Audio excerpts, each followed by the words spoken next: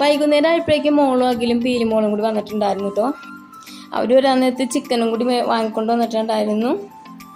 ഞാനാണെങ്കിൽ ആകെ മടി പിടിച്ചിരിക്കുകയായിരുന്നു കേട്ടോ. അപ്പോൾ കുക്കറിൽ വേഗം റെഡിയാക്കാമെന്ന് വിചാരിച്ചു. ചിക്കൻ വേഗം ക്ലീൻ ചെയ്ത് കുക്കറിലേക്ക് ഇട്ടു. പിന്നെ അതിലേക്ക് പച്ചമുളക്, ഇഞ്ചി, വേപ്പില, സവാള, തക്കാളി എല്ലാം കൂടി അരിഞ്ഞിട്ടു. അതിലേക്ക് 3 സ്പൂൺ മസാലപ്പൊടിയും 1 സ്പൂൺ മുളക് പൊടിയും 1.25 സ്പൂൺ ഉപ്പും 2 സ്പൂൺ വിനാഗിരിയും പിന്നെ കുറച്ച് വെളിച്ചെണ്ണയും കൂടി ചേർത്ത് നന്നായി തിരുമ്മി ഒരു 10 മിനിറ്റ് വെച്ചു കേട്ടോ. 10 മിനിറ്റ് കഴിഞ്ഞപ്പോഴേക്കും നേരെ ഗ്യാസിലേക്ക് വെച്ചു. ഒരു 2 വിസിലടുപ്പിച്ചു.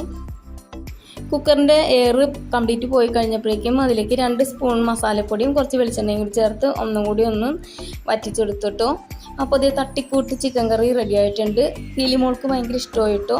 അപ്പോൾ ഇത്രേ ഉള്ളൂ. വീഡിയോ ഇഷ്ടപ്പെട്ടെങ്കിൽ ലൈക്ക് ചെയ്യണേ. Bye dears.